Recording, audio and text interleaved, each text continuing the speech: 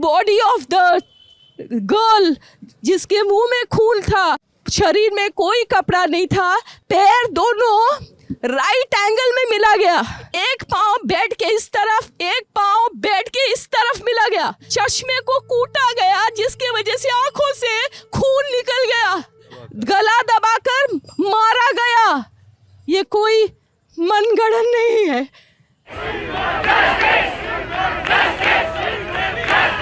और ये बहुत बड़ा स्कैम है, बहुत बड़ा नेक्सस है जिसको मैं एक्सपोज करना चाहता हूँ।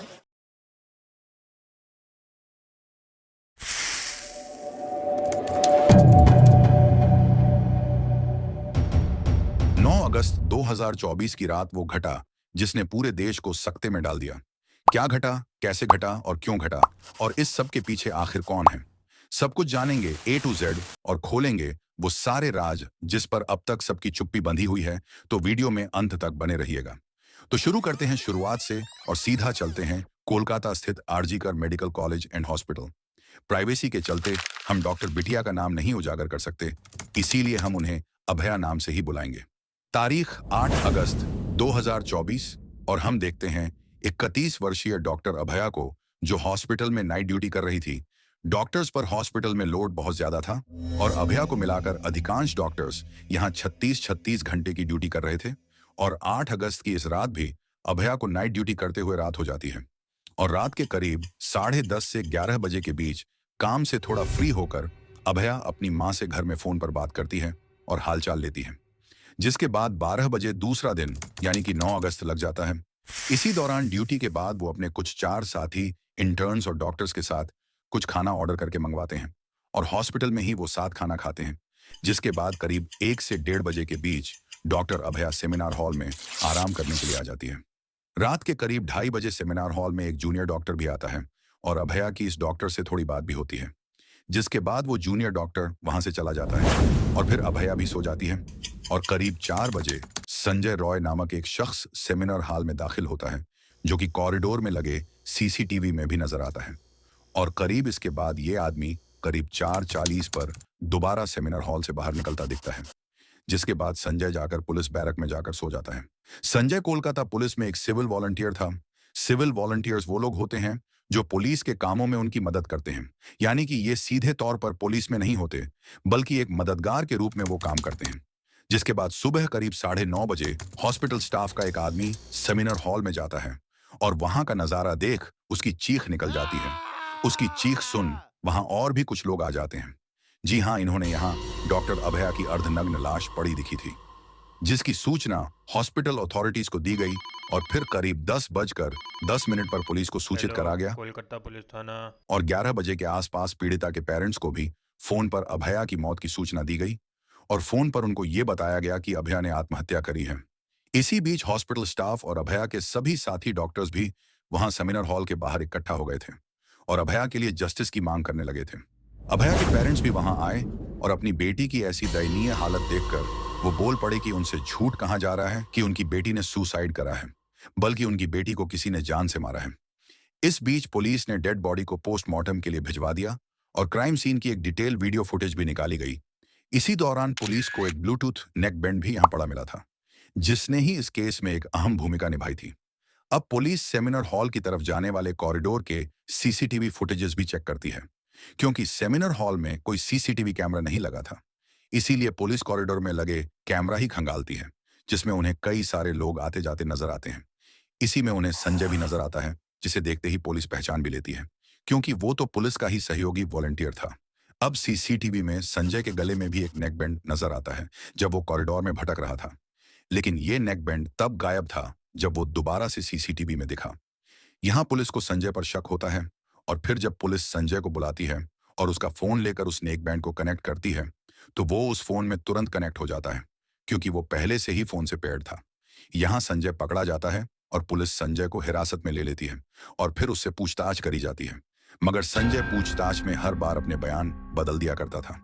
पुलिस अपनी छानबीन कर रही थी और ऐसे करके अब कुछ दिन बीत गए थे और हॉस्पिटल में अब हंगामा मच गया था और हॉस्पिटल के सभी डॉक्टर्स भी अब हड़ताल पर चले गए थे और डॉक्टर्स की कुछ मांगे थी, जैसे कि अभया को इंसाफ दिलाना और हॉस्पिटल को डॉक्टर्स के लिए सुरक्षित बनाना प्रमुख था। दूसरी तरफ डॉक्टर अभया की पोस्टमार्टम रिपोर्ट भी अब आ चुकी थी, जिसमें मौत का कारण गला दबाकर मारने का आया था, और साथ ही संजय रॉय की डेड स्किन के कुछ अंश अभया के नाखूनों में से भी पाए गए थे, जिससे ये बात साफ हो गई थी कि संजय रॉय ही वो शख्स था जिसने इस दर्दनाक घटना को अंजाम दिया था। साथ ही पोस्टमार्टम रिपोर्ट में यह भी बताया गया था कि डॉक्टर के बाहरी शरीर में करीब 16 चोटों के निशान थे, वहीं करीब 9 अंदरूनी जख्म पाए गए थे, और ऑटोप्सी रिपोर्ट के अनुसार अभया की मौत का वक्त भी 4:15 से 4:30 बजे के बीच का आया था, यानी कि ये वही समय था जब सीसीटीवी में संजय हमें सेमिनार हॉल की ओर जाता हुआ नजर आया था, जिसने इस बात को और स्पष्ट कर दिया कि ये सारा संजय का ही करा धरा है। और इसी के साथ संजय ने अब अपने बयान में भी ये बात कबूल कर ली थी कि ये सब उसी ने करा था। मगर अब सबसे बड़ा सवाल ये आता है कि क्या संजय अकेला ही था इस सब के पीछे, या उसे कोई इसमें सपोर्ट कर रहा था, और इस सारे खेल का मास्टरमाइंड कोई और ही है। हम एक सीक्वेंस के साथ आगे बढ़ रहे हैं, तो इस बात का खुलासा वीडियो में आगे होगा। अब देखते ही देखते जनता में भी इस घटना पर गुस्सा और आक्रोश बढ़ता जाता है, और मेडिकल स्टूडेंट्स से लेकर आम जन भी सभी मिलकर अब प्रोटेस्ट करने लगे थे, और ये प्रोटेस्ट देश भर में फैलने लग गए थे, और शहर शहर जगह जगह अब अभया को इंसाफ दिलाने के लिए हड़ताल और प्रोटेस्ट होने लगे थे। इसी प्रोटेस्ट का फायदा उठाकर भीड़ में मौजूद कुछ लोग गुस्से में आरजीकर हॉस्पिटल में ही घुस जाते हैं और पूरे हॉस्पिटल में ही तोड़फोड़ करने लगते हैं, जिसकी कुछ क्लिप्स आप स्क्रीन पर देख भी सकते हैं। हम लोग यहाँ के रेसिडेंट्स डॉक्टर हैं, आप यहाँ का कंडीशन देख सकते हैं। हजारों की संख्या में ये मॉब आया है, हम लोग पे अटैक भी किया है, और इनका मेन टारगेट है कि जो भी एविडेंस है उसको टेम्पर किया जाए, और यहाँ का जो लोकल पुलिस है ये कुछ भी कंट्रोल नहीं कर पाया है। हम लोग पे अटैक किया गया है, और ये सारे मॉब की स्थिति आप देख सकते हैं क्या किया है इन्होंने। हम लोग आरजीकर मेडिकल कॉलेज के रेसिडेंट्स डॉक्टर हैं, इन लोगों ने हम लोग पे अटैक किया, हम लोग छुप के दौड़ के सभी भागे हैं। आप स्थिति देख सकते हैं यहाँ पे, इट इज कंप्लीटली अनकंट्रोलेबल। कहा जा रहा है कि ये लोग जिन्होंने हॉस्पिटल में तोड़फोड़ करी वो सभी प्रोटेस्ट करने वाले लोग नहीं थे, बल्कि उन्हें ऐसा करने के लिए वहां भिजवाया गया था ताकि वो क्राइम सीन को खराब कर दें और सबूतों को मिटा दें। और ऐसा ही हुआ भी। इन लोगों ने हॉस्पिटल में घुसकर तोड़फोड़ तो करी ही, साथ ही ये लोग उस सेमिनार हॉल में भी घुस गए थे जहां क्राइम हुआ था, और उन्होंने यहां से सारे सबूत भी मिटा दिए थे, जिसके बाद तो बवाल और भी गहरा गया, और जनता अब मांग करने लगी कि ये केस सीबीआई को सौंपा जाए, क्योंकि कोलकाता पुलिस तो क्राइम सीन को तक नहीं बचा सकी। इसी के साथ ही बंगाल की मुख्यमंत्री ममता बनर्जी पर भी कई सवाल उठने लगे, और उनसे पूछा जाने लगा कि आखिर वो अब तक मौन क्यों हैं। वहीं सीबीआई ने इस केस की तफ्तीश शुरू करी और क्राइम सीन की जांच करी, जो अब खराब हो चुका था, जिसके बाद हॉस्पिटल की 3D मैपिंग भी करवाई गई। 3D मैपिंग में बारीक से सबूत मिल जाते हैं, जैसे छोटे छोटे ब्लड क्लॉट्स, डेड स्किन आदि, और उस जगह में मौजूद हर चीज का पता चल जाता है, जो सब इस केस में एक सबूत साबित हो सकते हैं। वहीं सीबीआई से जब यह सवाल पूछा गया कि क्या यह केस गैंगरेप से जुड़ा हो सकता है, तो सीबीआई ने बताया कि गैंगरेप की कोई आशंका नहीं है, क्योंकि उन्हें ऐसे कोई सुराग अब तक नहीं मिले हैं। यानी कि सीबीआई के मुताबिक ये सब कुछ संजय रॉय ने अकेले ही करा था। साथ ही सीबीआई ने हॉस्पिटल के स्टाफ और प्रिंसिपल संदीप घोष से भी पूछताछ करी गई। इसी दौरान प्रिंसिपल संदीप ने मीडिया में एक ऐसा बयान दे दिया जिसमें वो खुद ही फंस गए। दरअसल उन्होंने अभया के सेमिनार हॉल में सोने को एक गैर जिम्मेदाराना हरकत बताया था। मतलब कि 36 घंटे ड्यूटी करने के बाद एक इंसान चैन से सो भी नहीं सकता है, और अगर वो गलती से सो गया तो ये गैर जिम्मेदाराना हरकत हो गई। इस बयान के बाद जनता का गुस्सा प्रिंसिपल पर इस तरह फूटा कि जगह जगह प्रिंसिपल की ही आलोचना होने लगी, और सभी प्रिंसिपल को ही गैर जिम्मेदार कहने लगे, क्योंकि ड्यूटी कर रहे डॉक्टर्स और स्टाफ को सोने के लिए एक सुरक्षित रेस्टिंग रूम देना और हॉस्पिटल में सुरक्षा देना तो हॉस्पिटल अथॉरिटी की ही जिम्मेदारी है ना, जिसमें तो वो खुद ही विफल हुए तो फिर कोई और गैर जिम्मेदार कैसे। लेकिन इस मामले के 4 दिन बाद ही अब प्रिंसिपल ने खुद ही अपने पद से ही इस्तीफा दे दिया, और सबसे बड़ी बात तो ये हुई कि उनका इस्तीफा मंजूर करने की जगह सरकार ने उनका एक दूसरे अस्पताल में ट्रांसफर कर दिया। यहीं से इस बात का पता चला कि खुद मुख्यमंत्री ममता बनर्जी प्रिंसिपल संदीप घोष को बचाने में लगी हुई है। मगर सवाल था क्यों? दूसरी तरफ यह सवाल भी था कि आरोपी संजय रॉय को भी क्या ये लोग बचाना चाहते थे, और अगर नहीं तो सेमिनार हॉल से सबूत क्यों नष्ट करवाए गए। इसी बीच सीबीआई की पूछताछ में कुछ बहुत बड़े खुलासे भी होते हैं, जिससे ये सारी गुत्थी सुलझती नजर आती है। हॉस्पिटल के अन्य डॉक्टर्स और स्टाफ से पूछताछ करने पर सीबीआई को वो पता चलता है जो सबको ही हिलाकर रख देता है। करीब 10 से भी ज्यादा लोग इस बात की पुष्टि करते हैं कि प्रिंसिपल संदीप घोष हॉस्पिटल में कई सारे गैर कानूनी काम कर रहे हैं। यही एंट्री होती है अख्तर अली की। अली आरजीकर हॉस्पिटल में ही पहले प्रिंसिपल के साथ काम कर चुके हैं, और वो यहाँ डेप्यूटी सुपरिंटेंडेंट रह चुके हैं, और अख्तर अली ने बताया कि प्रिंसिपल ही अहम दोषी है, और उनका कई बार यहां से ट्रांसफर भी हो चुका है, मगर हर बार ट्रांसफर ऑर्डर्स ही कैंसिल हो जाते हैं क्योंकि प्रिंसिपल यानी कि संदीप घोष बहुत रसूखदार है और सीधा उनके संबंध चीफ मिनिस्टर से हैं। इसीलिए वो दड़ेगम यहां सालों से गैरकानूनी काम कर रहा है और उन पर कोई कार्यवाही भी नहीं करी जाती है। गैरकानूनी काम जैसे हॉस्पिटल में आई अनक्लेम्ड डेड बॉडीज को बेचना, मानव अंगों की तस्करी करना, स्टूडेंट्स को जबरदस्ती फेल कर देना और फिर उनसे पास करने के लिए पैसों की डिमांड करना, और हॉस्पिटल के गेस्ट हाउस में भी प्रिंसिपल के लोग आते थे जो ड्रग्स और लड़कियां लाया करते थे। साथ ही ये भी एलिगेशंस लगाए जा रहे हैं कि गेस्ट हाउस में पूरा एक सेक्स रैकेट चल रहा था और ये सब गोरख धंधे चलाने के लिए उन्होंने वहां से सीसीटीवी कैमरा तक हटवा दिया थे जो खुद अख्तर अली ने वहां लगवाए थे। जरा आप भी अख्तर अली का ये बयान सुनिए।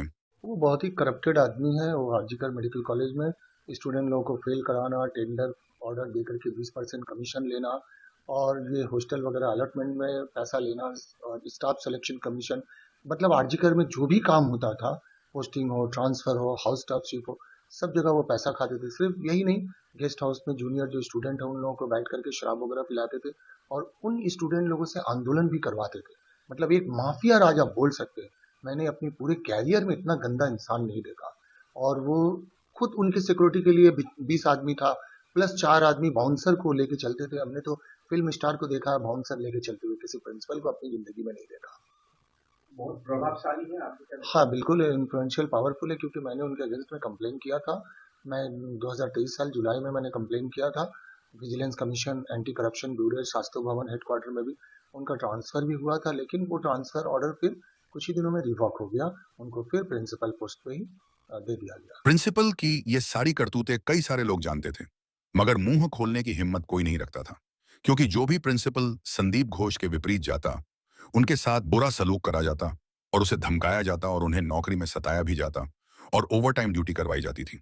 साथ ही उन्हें जान से मारने की धमकी तक दी जाती थी और ये सब कुछ प्रिंसिपल अपनी रसूख पहुंच और पावर के जरिए से करता आ रहा था।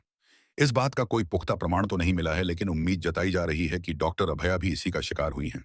वो प्रिंसिपल के सभी राज जान चुकी थी और उसके पास इसके कुछ सबूत भी थे जिसके जरिए वो प्रिंसिपल की सारी पोल पट्टी सोशल मीडिया पर खोलने वाली थी। इसीलिए उसे रास्ते से हटवा दिया गया और ये मामला कुछ और दिखे, इसीलिए इसे रेप केस बनाया गया। साथ ही प्रिंसिपल ने खुद पहले इस केस को सुसाइड बताया था, जिसने प्रिंसिपल पर ही कई सारे प्रश्न चिन्ह खड़े कर दिए थे। तो उम्मीद यही है कि सब कुछ प्री प्लानिंग से करा गया था, जैसे सेमिनार हॉल में उस रात अभया को अकेला रखा जाना और साथ ही सभी डॉक्टर्स का उस वक्त में यहां वहां हो जाना और अभया को सेमिनार हॉल में अकेले जाने देना, जबकि हर रोज तो ये सब लोग सेमिनार हॉल में अभया के साथ ही रहते थे। साथ ही सेमिनार हॉल के आसपास सीसीटीवी ना होना, सेमिनार हॉल के दरवाजे की कुंडी 2 दिन पहले ही टूट जाना ताकि दरवाजा अंदर से लॉक नहीं किया जा सके, साथ ही क्राइम स्पॉट को खराब कराया जाना और अब लोगों का प्रिंसिपल के खिलाफ बयान देना। साथ ही सबसे बड़ी बात यह है कि बीते कुछ सालों में इसी आरजीकर हॉस्पिटल में करीब 6 और भी मौतें हो चुकी हैं और इन सबको भी आत्महत्या ही बताकर केस को दबा भी दिया गया था। हो सकता है कि वो सारी भी अभया ही हों। ये एक बड़ा सवाल है जिसके घेरे में प्रिंसिपल अब बुरे फंस चुके हैं। प्रिंसिपल के इस्तीफे के बाद से ही अब बहुत सारे लोग एक एक करके आगे आ रहे हैं और प्रिंसिपल के खिलाफ बयान दे रहे हैं। ये सब सबूत तो इसी ओर इशारा कर रहे हैं कि संजय सिर्फ एक मोहरा था और इसके पीछे का असली मास्टरमाइंड प्रिंसिपल ही था, जिसके कहने से ही संजय ने यह काम करा होगा। बाकी अब सब कुछ सीबीआई पर है और सीबीआई की जांच अब भी चल रही है और सीबीआई दोषी संजय रॉय, प्रिंसिपल संदीप घोष सहित कुछ और भी लोगों का पॉलीग्राफ टेस्ट, जिसे हम लाई डिटेक्टर टेस्ट के नाम से भी जानते हैं, वो करवाने वाली है, जिसमें भी कई सारे खुलासे होने की उम्मीद है। आप वीडियो लाइक करें ना करें, चैनल सब्सक्राइब करें ना करें, लेकिन आप सबसे बस यही गुजारिश है कि इस वीडियो को ज्यादा से ज्यादा शेयर जरूर करिएगा ताकि सभी लोगों को इस केस की सच्चाई पता चल सके और जल्द से जल्द बेटी अभया को इंसाफ मिल सके। जय हिंद, जय भारत।